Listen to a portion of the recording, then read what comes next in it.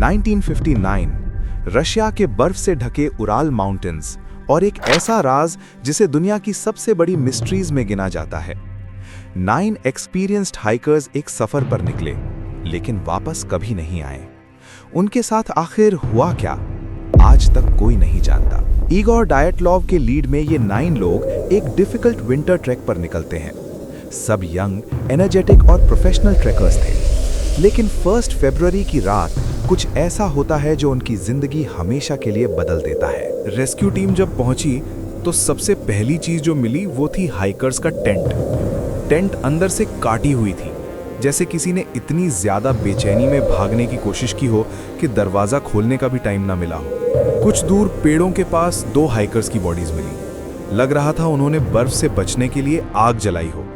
उनके हाथ और पैर जले हुए थे। 2 और हाइकर्स थोड़ी दूर मिले, जैसे वो टेंट की तरफ लौटने की कोशिश कर रहे हो। लेकिन बाद में जो मिला उसने सबको हिला कर रख दिया।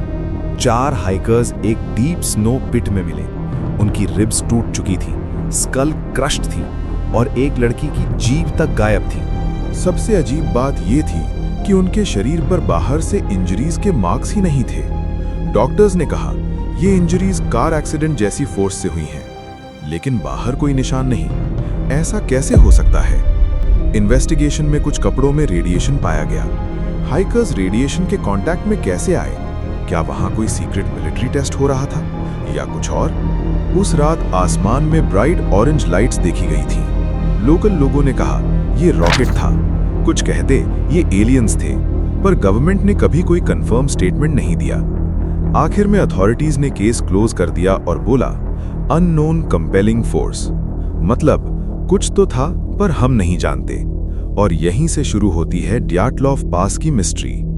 9 लोग, एक रात और एक ऐसा राज जो 65 साल बाद भी सॉल्व नहीं हो पाया। आप क्या सोचते हैं? क्या वो नेचुरल डिजास्टर था या मिलिट्री सीक्रेट या फिर कुछ और ही? कमेंट्स में जरूर बताएं।